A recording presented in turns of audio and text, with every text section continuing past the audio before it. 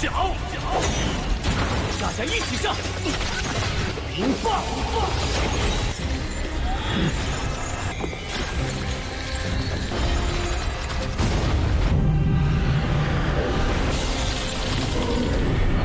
君临天下！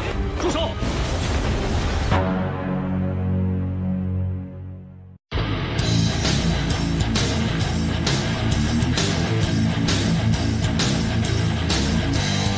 ！Halo guys, kembali lagi bersama Mimin di channel Now Film. Bagaimana kabar kalian akhir pekan ini? Semoga masih aman aja ya. Dan pada video kali ini, Mimin hadir kembali untuk meneruskan alur cerita dari sang penerus Tangsan, yaitu Youhao dan Wang Dong dalam Solen 2 episode terbaru, yaitu Solen 2 episode 52. Yang mana pada Solen 2 episode 52 ini menceritakan Youhao yang mendapatkan masalah baru di dalam Akademi Mingde Kekaisaran Ryu ini. Namun Youhao juga akan mendapatkan teman baru di sini yang rela membantu Youhao dalam mencari cincin roh. Dan seperti apa alur cerita selengkapnya, jangan lupa pencet tombol like dulu jika kalian suka, dan kita langsung saja masuk ke alur ceritanya.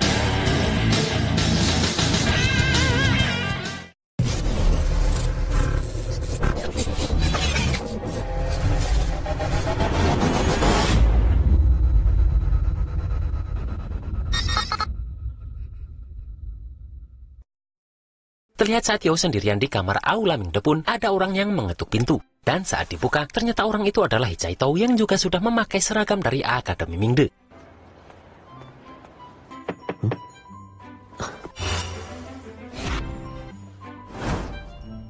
Youhao pun langsung meminta seniornya itu masuk karena mereka sudah beberapa hari tak bertemu. Chaito pun bertanya apa yang sedang dilakukan Youhao akhir-akhir ini. Dan Youhao memberitahu Chaito bahwa dirinya sedang belajar tentang alat pemandu roh dengan guru barunya, yaitu Xuan Ziwen. Chaito pun mengakui jika pemandu roh di tempat ini jauh lebih baik dari yang pernah Chaito alami sebelumnya. Dan Chaito pun berniat untuk berusaha lebih keras.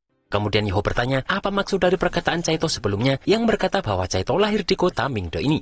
Dan dengan penuh kesedihan Chaito pun mulai menceritakan kisah hidupnya. Youhao pun terkejut setelah mengetahui jika ternyata Chaito ini adalah keturunan keluarga Kekaisaran Ryu ini. Dan Chaito mengatakan bahwa dirinya adalah pangeran yang dibuang bahkan menjadi buron. Dan ayah Chaito ini adalah mantan kaisar dari Kekaisaran Ryu ini. Namun pada puncak kejayaannya tiba-tiba beliau mati mendadak. Dan pada malam itu juga pamannya memimpin pasukan untuk memasuki kediaman mereka. Dan pada saat yang sama juga terlihat satu sosok menakutkan menyelinap masuk istana dan melakukan pembunuhan besar-besaran. Untungnya ibu serta kakak perempuannya berhasil menyembunyikan Chaito ke dalam tempat rahasia. Namun pada akhirnya mereka tak bisa menghindar dari pembunuhan itu. Terlihat emosi Chaito meledak saat teringat itu, bahkan dirinya sampai ingin menembak saat Youhao menyentuhnya.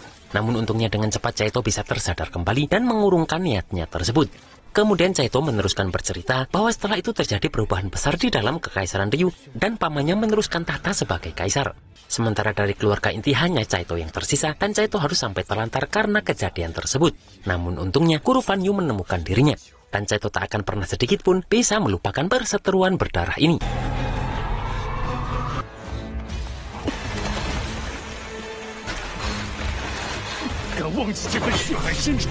Youhao pun berkata jika mereka harus terus bekerja keras agar bisa berkembang dan mempunyai kemampuan untuk balas dendam.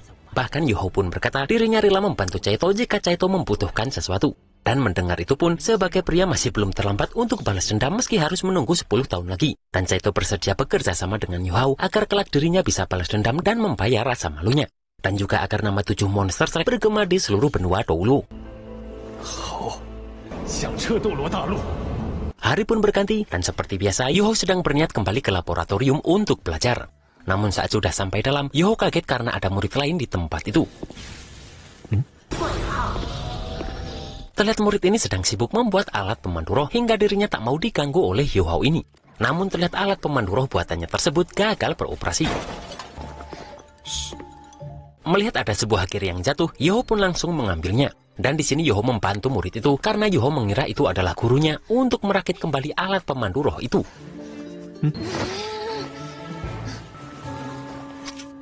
8 menit lebih berlalu dan akhirnya gadis ini berhasil mengoperasikan alat pemandu roh buatannya tersebut. Dan mereka langsung tos karena bahagia akan keberhasilan tersebut. Namun ternyata dua orang ini tak saling kenal yang membuat mereka berdua sama-sama kaget. Terlihat gadis ini tergelincir oleh jeruknya sendiri karena saking takutnya melihat Youhao ini. Dan di sini pun Yuhou memperkenalkan dirinya bahwa dirinya adalah murid pertukaran pelajar baru. Terlihat dua orang teman gadis itu terkejut melihat dia jatuh, dan ternyata gadis ini bernama Jushi yang berarti jeruk. Dan salah satu teman gadis Jushi pun marah karena mengira Yuhou yang adalah siswa pertukaran pelajar berani menindas Jushi yang adalah murid Kekaisaran Ryu. Bahkan murid laki-laki lainnya juga mengira demikian dengan alasan mereka melihat itu sendiri. Dan murid itu mengatakan bahwa tak ada yang baik dari Akademi Shrek ini. Jushi pun memberitahu teman gadisnya tadi yang bernama Keke itu bahwa mereka sudah salah paham. Namun teman laki-lakinya yang bernama Wang Shouji masih menggertak Yuhou karena merasa Yuhou bersalah. Situasi pun memanas karena Wang Shouji tak percaya Yuhou tidak menindas Jushi ini. Namun Wang Shouji malah berkata jika berani-beraninya murid Akademi Shrek berbuat seenak hati di tempat ini. Dan Wang Shouji pun langsung berusaha menyerang Yuhou ini. Yuhou pun masih berusaha meyakinkan Wang Shouji bahwa semua ini hanyalah salah paham. Namun Wang Shouji langsung mengeluarkan meriam pemandu rohnya dan langsung dia tembakkan ke arah Yuhou ini. Bahkan Wang Shouji menganggap Yuhou hanyalah seorang pengecut yang bisanya hanya melarikan diri melihat Yuhou yang terus menghindari serangan ini. Namun Yuhou langsung mengeluarkan capit Kaisar Es saat Keke ini melemparkan alat pemandu roh lain. Melihat itu pun, Wang Shouji mengajak Keke menyerang bersama karena Yuhou ini mempunyai beberapa kemampuan. Di sini Jushi pun meminta mereka menghentikan itu semua. Namun Wang Shouji mengeluarkan alat pemandu rohnya sambil mengoceh bahwa Yuhou ini hanyalah seorang pengecut yang mempunyai ayah namun tak mempunyai ibu. Mendengar itu pun, Yuhou langsung menggunakan teknik ledakan esnya. Di sini Wang Shouji itu masih terus saja memaki Yuhou ini. Dan Yuhou yang sudah habis kesabaran pun langsung menyerang menggunakan mata rohnya agar anak ini diam.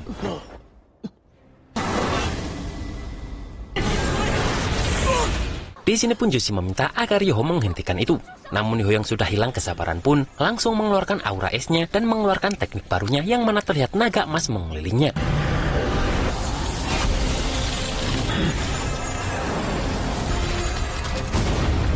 Dan teknik ini pun dinamakan menguasai dunia.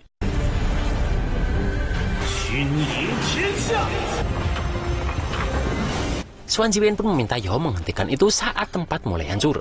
Untungnya Yuhou bisa menahan pukulannya tersebut dan tak jadi memukul Jushi ini. Ziwen pun tahu jika Yuhou pasti akan menghentikan itu meskipun tanpa dirinya berteriak.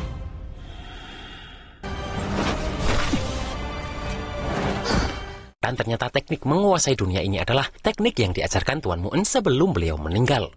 Dan teknik ini adalah perpaduan sempurna dari serangan fisik serta mental. Serta teknik ini lebih dari sekedar teknik roh. Ziwen pun tahu jika sampai teknik ini mengenai Jushi, bahkan jika Jushi mempunyai 10 nyawa pun tetap akan hilang juga. Keke pun berusaha mengatakan pada gurunya itu bahwa Yuhou inilah yang menindas lebih dulu. Namun dengan cepat Jushi mengatakan bahwa dirinya lah yang salah karena Jushi tak bisa menghentikan semuanya. Maka dari itu pun Jushi ini meminta maaf kepada Yuhou ini karena ini adalah kesalahpahaman.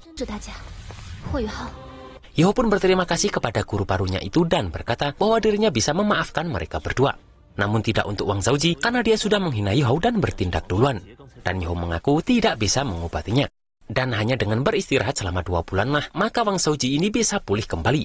Setelah itu Ziwen menceritakan kejadian tadi kepada Jing Hongchen. Dan Jing Hongchen langsung marah dengan itu karena Wang Shouji ini adalah bagian dari keluarga kekaisaran. Dan keluarga kekaisaran meminta agar mereka menyerahkan Yuhou. Namun Ziwen tak mau menyerahkan Yuhou kepada keluarga kerajaan dan akan mencari cara untuk itu. Dan Jing Hongchen memperingatkan Ziwen meskipun Yuhou sangatlah berbakat, namun Yuhou adalah orang dari Akademi Shrek.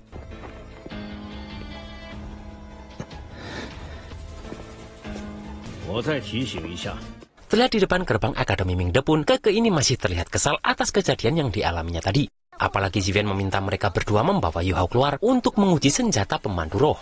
Dan ternyata Ziwen meminta Yuhou untuk menghindari pusat perhatian karena keluarga kerajaan sedang mempersulit Yuhou. Dan itu juga otomatis mempersulit mereka berdua. Melihat Yuhou yang datang, Jushi pun meminta Keke berhenti berbicara. Dan Jushi memberitahu bahwa tujuan mereka kali ini adalah puncak dari Gunung Jingyang. Dan Jushi berharap mereka bisa bekerja sama dengan baik.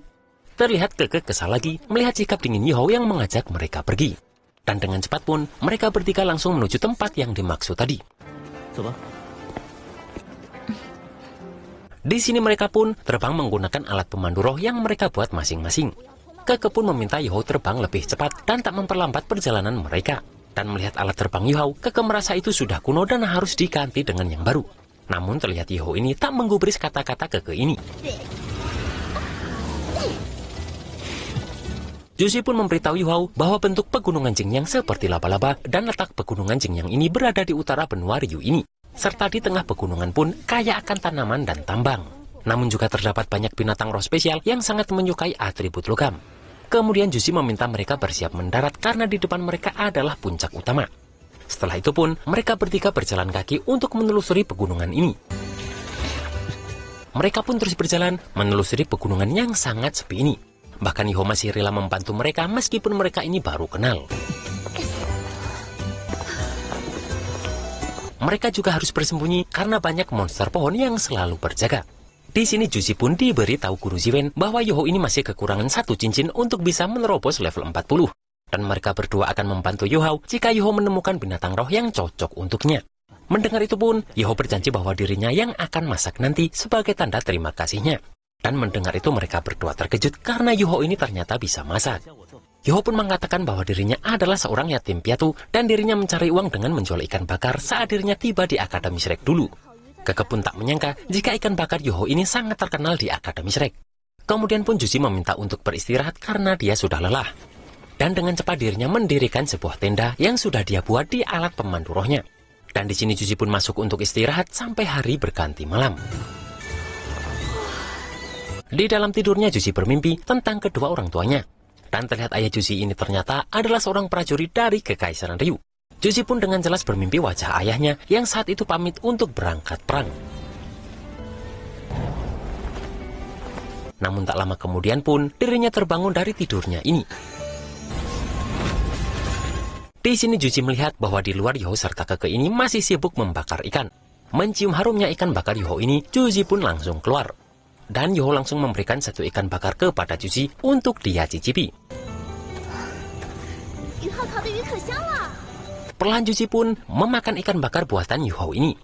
Di sini Juzi terlihat menangis yang mana Keke berpikir apakah ikan itu tak enak menurut Juzi. Dan ternyata Juzi menangis karena sudah 10 tahun dirinya tak mencicipi rasa enak seperti itu. Dan Juzi berterima kasih kepada Yoho karena masakan Yoho ini sama seperti rasa yang dibuat ayah Juzi. Dan jelas saja hal itu membuat Yoho terkejut. Di sini Juzi pun menceritakan bahwa ayahnya tewas saat berperang melawan Kekaisaran Xinglu. Dan karena hal itu jugalah ibunya meninggal karena sakit setelah mengalami kesedihan yang mendalam. Dan Juzi ini sama seperti Yoho karena menjadi yatim piatu sejak kecil. Mendengar itu pun, Yoho juga langsung teringat dengan mendiang ibunya.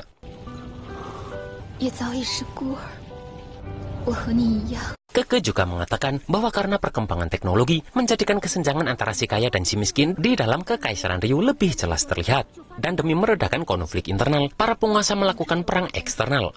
Di sini Juzi pun berjanji jika suatu hari nanti dirinya pasti akan mengakhiri perang di seluruh benua ini.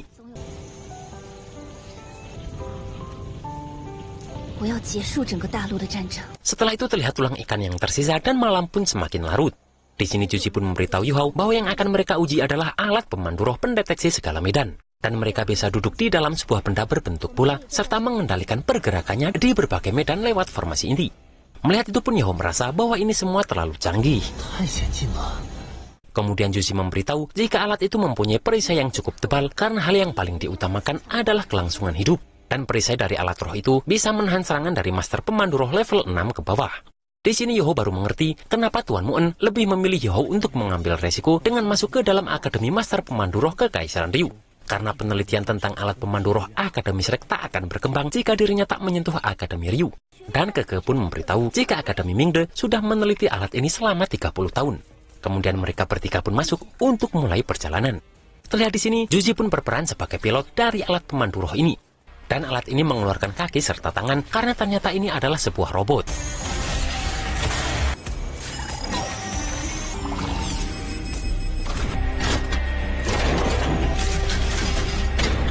Di sini pun mereka bertiga ini menelusuri hutan di pegunungan ini menggunakan alat pemandu roh ini. Namun saat Yoho yang menjadi pilotnya, terlihat dirinya belum bisa mengendalikan bahkan oleng. Namun pada akhirnya Yoho bisa juga bahkan dirinya menemukan logam perak langka tempaan roh.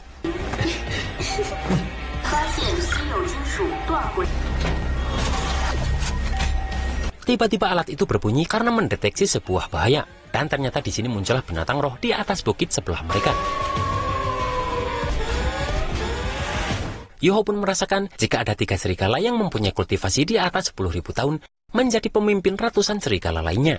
Dan Keke pun yakin jika mereka bertiga sudah membangunkan Raja Serigala Emas. Di sini Jushi memberitahu jika serigala emas adalah binatang roh spesial di pegunungan Jingyang ini dan mempunyai atribut logam. Dan setelah berkultivasi selama waktu tertentu, maka serigala itu akan menjadi Raja Serigala Emas. Bahkan mereka ini bisa mengalahkan 2 titel Douluo. Dari dalam Tianmeng pun memberitahu Yu Hao jika salah satu dari Raja Serigala Emas ini ada yang beratribut mental. Dan dengan menggunakan mata rohnya, Yu Hao langsung mencari serigala yang dimaksud.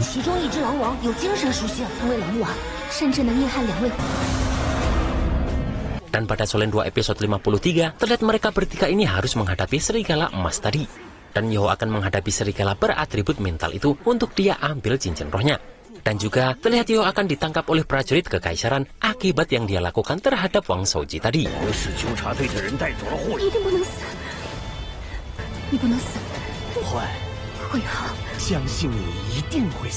Dan itulah guys alur cerita Solen 2 episode 52 ini. Bagaimana nih menurut kalian Yu Hao ini? Masih bisa disebut beruntung atau malah banyak apesnya di dalam kekaisaran Ryu ini? Dan bagaimanakah nasib Yu Hao di dalam kekaisaran Ryu ini? Kita tunggu saja dalam Solen 2 episode 53. Akhir kata, selamat malam mingguan dan see you next episode.